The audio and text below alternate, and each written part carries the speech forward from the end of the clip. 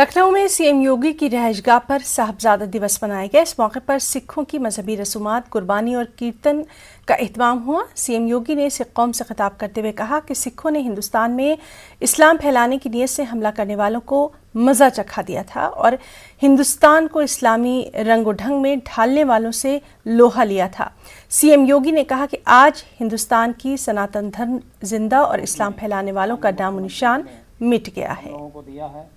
मैं पुनः एक बार बहुत बहुत धन्यवाद करता हूं। गुरु गोविंद सिंह जी तक एक शक्ति पुंज बनकर के, यानी भक्ति से शक्ति का एक अद्भुत संगम हम सबको कहीं देखने को मिलता है, तो वह भारत की भक्ति और शक्ति का एक अद्भुत संगम भारत की सिख परंपरा है। क्योंकि दुनिया के अंदर ऐसा कहीं नहीं, और मैं तो कह सकता हूं कि गुरु नानक देव जी का समय कौन सा था जब बाबर के हमले भारत के अंदर होते हुए दिखाई दे रहे हैं, और गुरु गोविंद सिंह जी महाराज